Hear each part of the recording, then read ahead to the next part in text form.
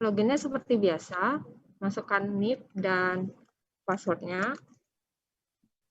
Ketika login, apabila pelamar tersebut lulus, akan tampil pesan bahwa dia lulus seleksi kompetensi bidang dan pilihan apakah dia ingin melanjutkan pengisian DRH atau ingin mengundurkan diri.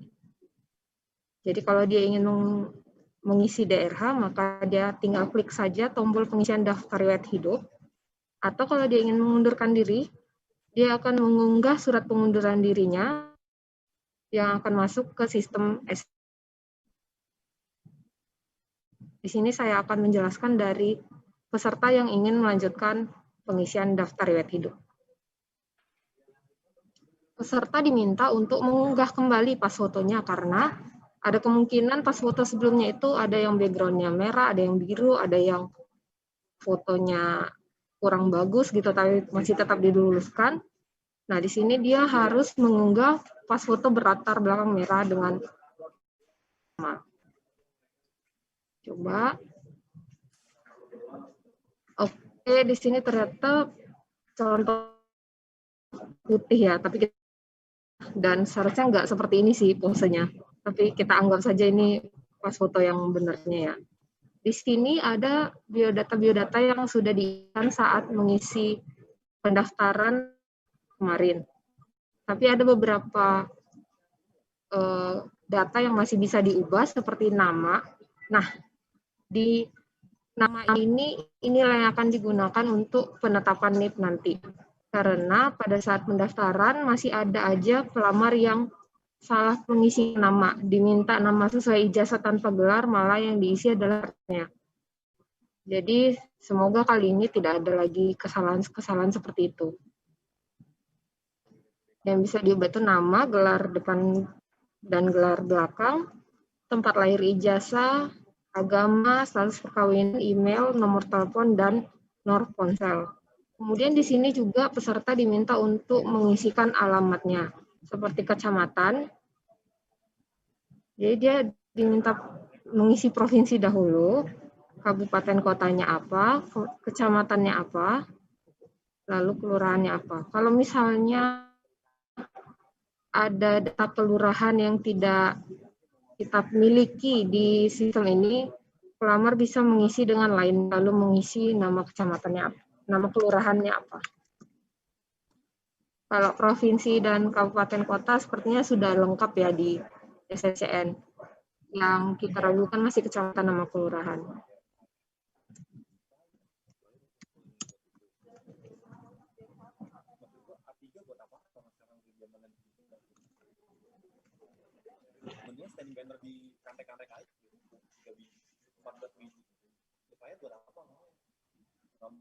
Hobi bisa dipilih jenisnya, seperti olahraga, keterangan hobinya.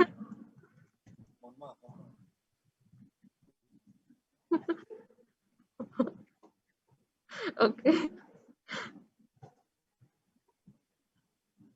Kemudian tekan selanjutnya, yaitu menu pendidikan.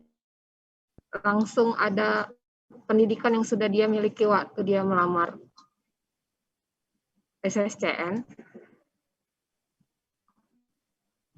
Jadi peserta ini bisa mengisi seperti tempat dia berkuliah,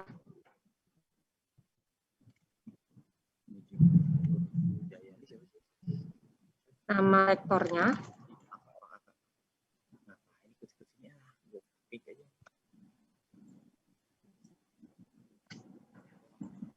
atau dia bisa menambahkan pendidikan dimulai dari SD sampai ke tingkat pendidikan satu tingkat di bawah yang dia gunakan untuk melamar. Misalnya dia melamar dengan S1, maka dia bisa menambahkan sampai ke diploma 4.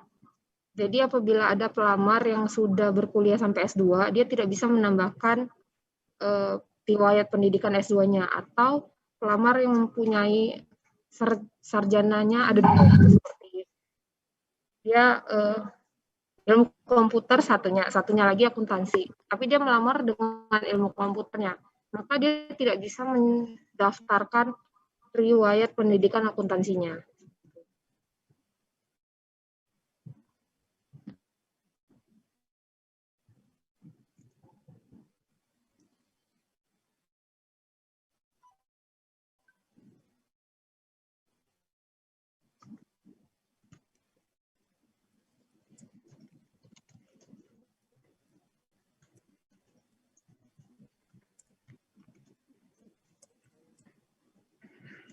Ada juga riwayat kursus apabila peserta tersebut pernah mengikuti kursus.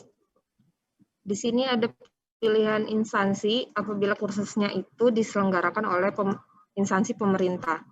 Tapi kalau misalnya kursusnya tidak diselenggarakan oleh instansi pemerintah, ini bisa dikosongkan saja atau tidak dipilih. Selanjutnya masuk ke menu pekerjaan. Di sini ada riwayat pekerjaan, riwayat penghargaan, dan riwayat prestasi. Ini juga ada pilihan instansi pemerintah bila dia pernah bekerja di instansi pemerintahan. Tapi kalau misalnya dia bekerja di perusahaan swasta, tidak perlu diisi instansi pemerintah, diisi aja nama instansi atau perusahaannya.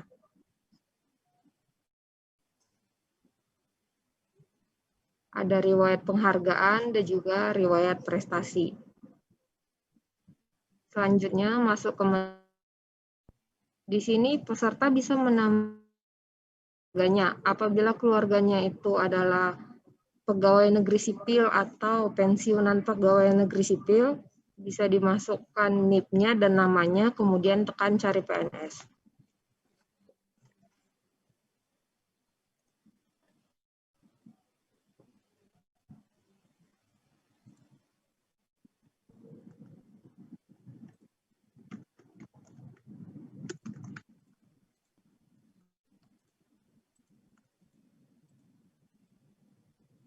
Kalau misalnya NIP dan nama itu ditemukan di sistem kita, maka langsung terisi pekerjaannya adalah pegawai negeri sipil atau pensiunan pegawai negeri sipil, dan perusahaan instansinya itu adalah instansi pemerintah di mana dia bekerja. Untuk istri dan suami ada isian akte menikah, tanggal menikah, dan status perkawinan. Sedangkan untuk anak, orang tua, dan saudara kandung, hal tersebut tidak ada. Jadi hanya begini saja, NIK, nomor KK, sampai status hidup. Ya, tambahin.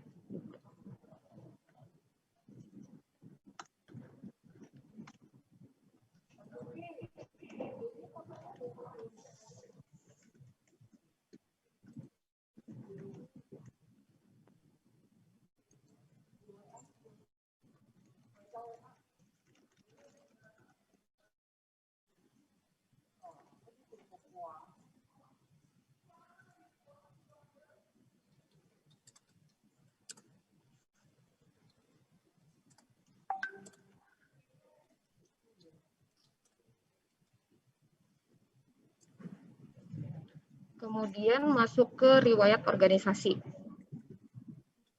Tampilannya seperti nama organisasi, jenis organisasinya apa, jabatan si CPNS saat berada di organisasi tersebut, dan lain-lain.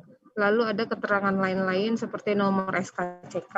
Ini wajib diisi ya, karena ini adalah salah satu syarat untuk pemberkasan CPNS nantinya.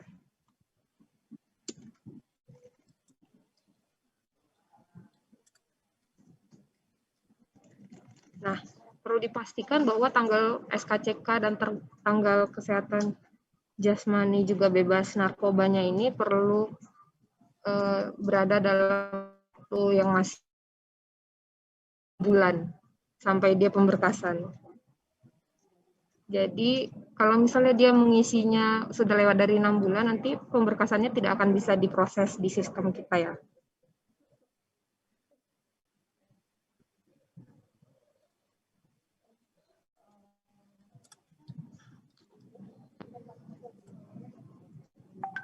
Setelah dia mengisi semua data-datanya, peserta diminta untuk mencetak daftar riwayat perorangan dan riwayatnya. Lalu memeriksa kembali data-datanya. Apabila ada data-data yang salah ketik, lupa mengisikannya, dia bisa kembali ke menu sebelumnya dengan mengklik tombol organisasi, pendidikan, atau lain. Tapi kalau misalnya dia sudah merasa bahwa isiannya sudah benar, dia tinggal mencetak daftar riwayatnya, perorangan dan riwayat, kemudian ditandatangani dan dibubuh materai. Kemudian setelah itu kedua dokumen ini digabungkan sehingga menjadi satu dokumen PDF ketika di-scan. Nah, dokumen PDF itulah yang akan diupload di halaman ini, unggah dokumen. Nah, ini ada 8 berkas yang perlu diupload. Salah satunya adalah berkas pengalaman kerja yang sebenarnya masih opsional ya. Jadi, bukti pengalaman kerja ini bisa tidak diisi, bisa juga diisi. Tapi, berkas lainnya, 7 berkas lainnya itu wajib diisi. Karena kalau misalnya dia tidak mengupload salah satu dari 7 berkas itu, maka tombol akhir prosesnya tidak akan bisa diklik. Jadi, dia harus satu persatu dari ketujuh berkas yang wajib diisi itu. Ijazah ya ijazah pendidikan asli ya, bukan legalisir. Transkripnya juga transkrip nilai yang asli.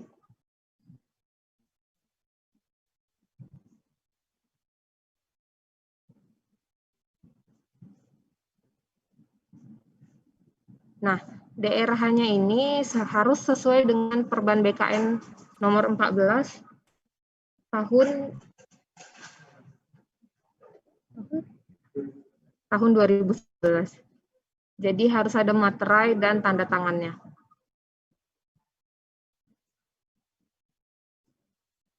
Oh ya, sebelumnya saya lupa menjelaskan bahwa di sini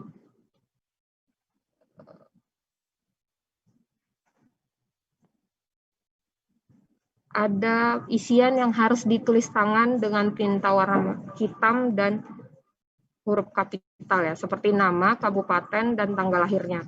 Kabupaten tempat lahirnya dan tanggal itu harus ditulis tangan.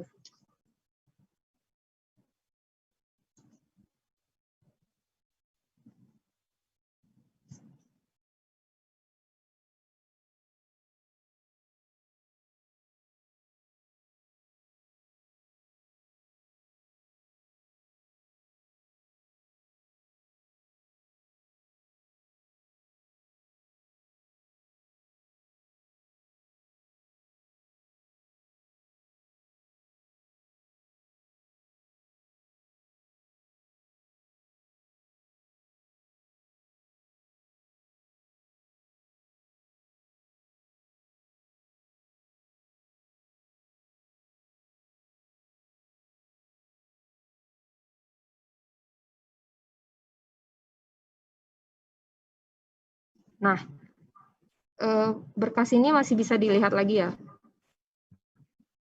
Nah, seperti ini. Misalnya dia SKCK tapi menguploadnya surat sehat.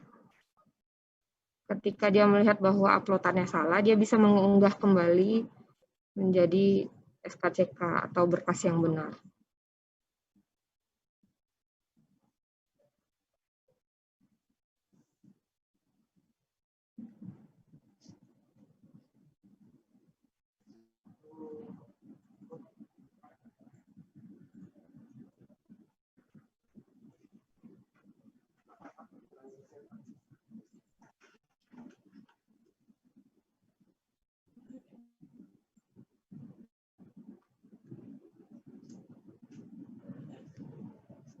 Misalnya dia tidak punya bukti pengalaman kerja, jadi kita tidak unggah bukti pengalaman kerjanya.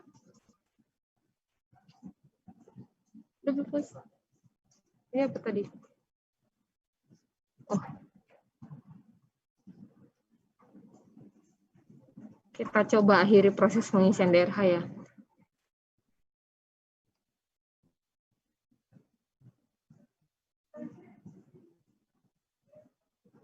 Bisa.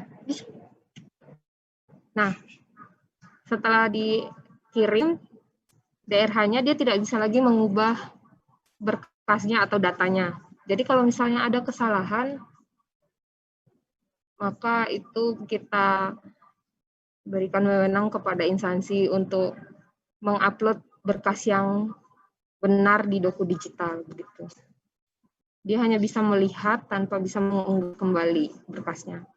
Ya, demikian penjelasan dari sisi peserta. Saya